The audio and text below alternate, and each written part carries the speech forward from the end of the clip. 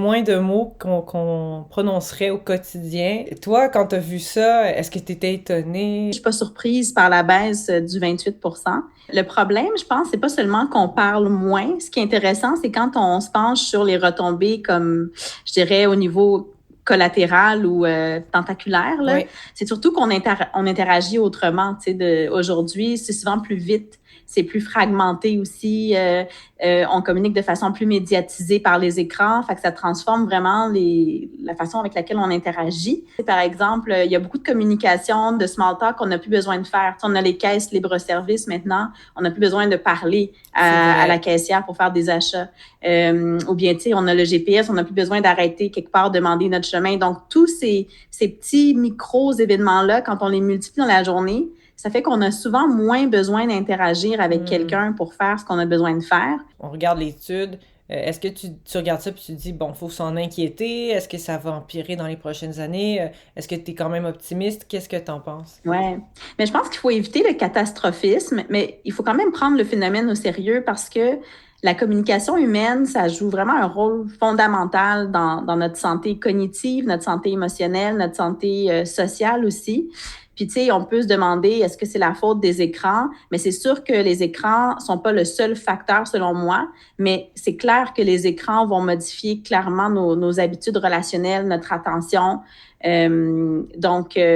Aussi, ben, est-ce que on peut se demander, est-ce que le fait de parler moins, ça va nous rendre moins intelligents ou ça va vraiment affecter notre cognition? Ben, moi, je serais prudente avec cette affirmation-là, mais ce qu'on sait, par contre, c'est que les interactions humaines qui vont être riches, qui vont être fréquentes avec les gens qui nous entourent, ça va vraiment venir stimuler plusieurs fonctions cognitives là, importantes, qu'on pense à l'attention, qu'on pense à la mémoire, à l'empathie, au langage, à la régulation des émotions. Dans le fond, c'est démontré que les interactions sociales de qualité qu'on a, ça a un impact sur notre bien-être physique. Ça nous met moins à risque là, quand on vit pas de l'isolement social, d'avoir des ennuis de santé au même titre que le tabagisme ou les maladies cardiovasculaires. Moi, je travaille beaucoup en petite enfance. Fait que, les enfants, ils ont besoin d'entendre des mots, d'être dans un bain de langage pour développer leur langage. Fait que je me questionne sur le développement langagier des enfants. Puis il y a le fait que les enfants passent plus de temps devant les écrans, puis de plus en plus tôt. Ce qu'il faut comprendre, c'est qu'un enfant qui entend des mots à travers un écran,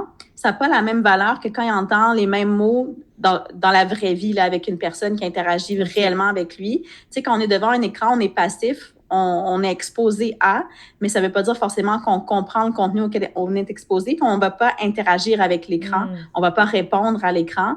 Puis des fois, l'enfant, il n'est pas avec un écran, tu sais, il a ses jouets, il s'occupe autrement, mais c'est le parent qui est devant son écran. Donc, quand le parent est absorbé ou l'adulte qui prend soin de lui est absorbé par l'écran ou ses occupations avec les ordinateurs et autres, mais il reste que l'enfant, ben, l'adulte va moins interagir avec lui.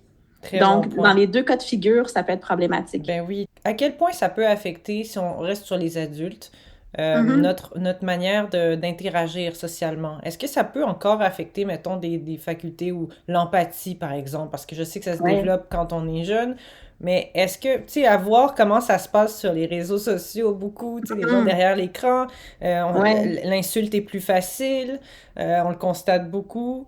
Est-ce Mm-hmm. que peut-être ça peut être lié à ça, le fait qu'on dialogue moins entre humains, que l'émotion passe moins?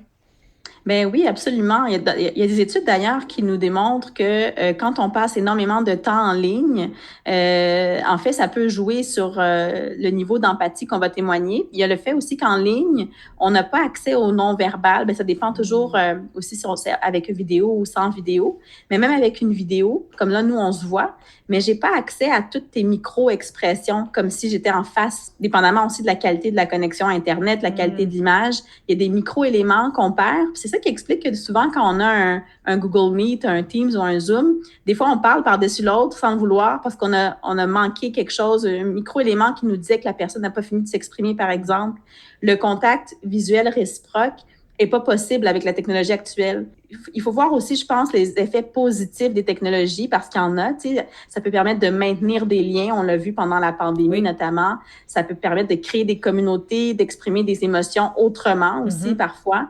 Mais le problème, ça vient selon moi du déséquilibre. C'est quand on a tellement de technologies ou tellement d'écrans que ça vient pas seulement être en complémentarité, mais ça vient remplacer l'interaction humaine. C'est là où on a un problème.